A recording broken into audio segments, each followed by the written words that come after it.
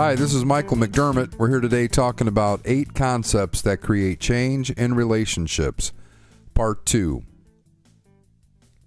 Now, concepts are clearly defined ideas or thoughts that are joined together with deliberate action to create a philosophy or plan that you can trust, refer to, and live by. I believe that concepts are so important in anything, and I take my concepts, I believe, in the Bible as the foundation, as the starting point, as the reference point to everything in my life.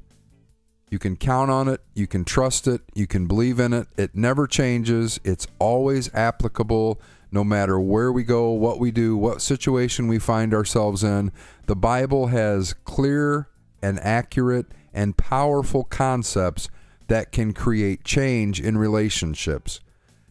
Let's just move along here. Concept number 1, problem recognition. You know, the first step to solving any problem is recognizing that there is a problem. So problem recognition is the discernment or awareness of potentially harmful challenges or oppositions in our paths. Abusers and victims of abuse will perpetuate and reproduce their lives if they fail to recognize and clearly define problematic lifestyles. You can't conquer an enemy you can't define or recognize. Now, there are probably many ways to identify a problem, but one that I would like to share with you here, I found it interesting as I was reading the Bible. I've often quoted John 3:16, "For God so loved the world that he gave his only begotten Son." And I find that in the book of James, James 3:16 is the exact opposite of that. And here's what James wrote in James 3:16. "Where jealousy and selfish ambition exist, there is disorder and every evil thing." One way to tell if there's a problem, if jealousy, selfishness, disorder, and chaos and every evil thing are present in situations, there's a problem. John 3:16 again says, "God so loved the world that he gave." Well, the opposite of that is where there's jealous intentions, where there's taking, there's not giving, there's not a loving, kind, thoughtful, peaceful environment, there's a problem. That's one way that we can identify a problem. How does the situation feel to you? What are the fruits of the things that you see going on, the activities, the dialogues, the conversations, the communication? If there's a problem, you will notice there's a lot of doubt, there's a lot of jealousy, there's a lot of friction, there's a lot of things. There's a problem there that needs to be taken care of. So problem recognition is very important in concepts that create change in relationships. Concept number 2, clearly defining what needs to change. Once you've identified that there's a problem, it's so important to clearly define what needs to change. Remember, we can't fight an enemy that we can't identify. An enemy that we can't define, we can't defeat. So symptom treaters always address the effects of the problem and bring only temporary relief. If you don't address the source of the problem, if you can't see clearly the source of the problem, it's like inviting trouble to your house and holding the door open and welcoming it back once it arrives. It's like a revolving door. There are 2 ways to get out of a revolving door once it starts circling. You either have to jump out or stop it completely. I'll never forget the first time I took my son to a building, a commercial building where they had a revolving door, and my son was just a real active, energetic kind of kid, and he always loved to take on challenges. Well, he thought the revolving door was really cool until he got inside it. And for the first time, he ran around and around and around, and he didn't know how to get out of the thing. If you've ever had that happen to you before, you know there's just a couple things you can do.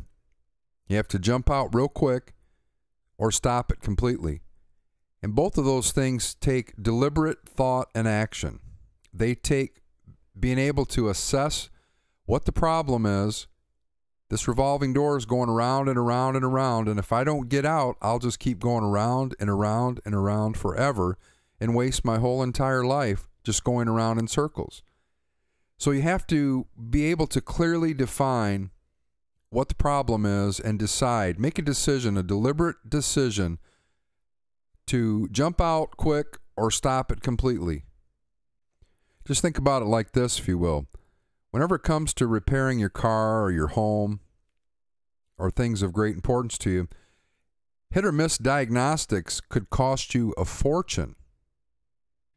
I recently took my car to the shop, and it has a lot of miles on it, and so a lot of things can go wrong with it.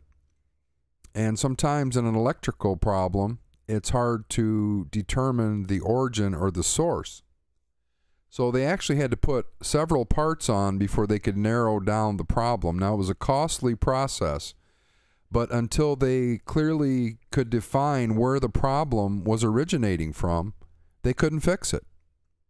And so that's the way it is in relationships. If we don't define and determine what the source of the conflict or the problem is, if it's in ourselves or if it's in another person or if it's in the mixing or contrasting or lack of contrasting of the two, then we need to clearly define what the problem is. And sometimes we have to go to outside sources or counseling. I like the verse that says there is safety in the multitude of counselors. So clearly define what needs to change. Concept 3, the rearview mirror concept. I've been so blessed in my life to have a great heritage of great grandparents, great parents. My mom and dad both love them very dearly. My dad has passed, but my mom's still around, and I just have such a rich heritage in parenting and in family, aunts and uncles and cousins, and I've been blessed with so many great friends in my life. But one thing my mom has always used as a great analogy, I thought, in regards to moving ahead in your future. If you ever notice in your car that the rear view mirror is much smaller than the windshield. And the reason is because we are to spend less time looking back than we are to be looking forward. Her point was really in all that the way to move forward is deciding to move forward in life and forget about those things that you actually have no control over. It's always important to correct the things that you can change, and the things that you can't change, just move on beyond those things. Moving forward also takes the creating and implementing of a plan to eliminate the root cause of the drama and staying focused on the new path to recovery and restoration. After you've decided there's a problem, there's a need for change, after you've clearly defined it, then you need to create a plan to move on beyond that. Now, I've had a good time here today talking about 8 concepts that create change in relationships, part 2. And I'd just like to say this to you in closing. What you focus on will create and captivate your thoughts.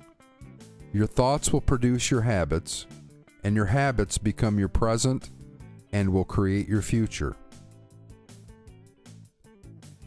Your best days are not behind, but ahead of you. The best songs are yet to be sung and played. The best books are yet to be penned.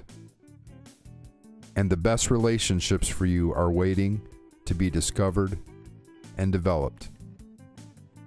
The best is yet to come. God bless you. This is Michael McDermott. You can check out my books that I've written, other CDs that I have, music CDs.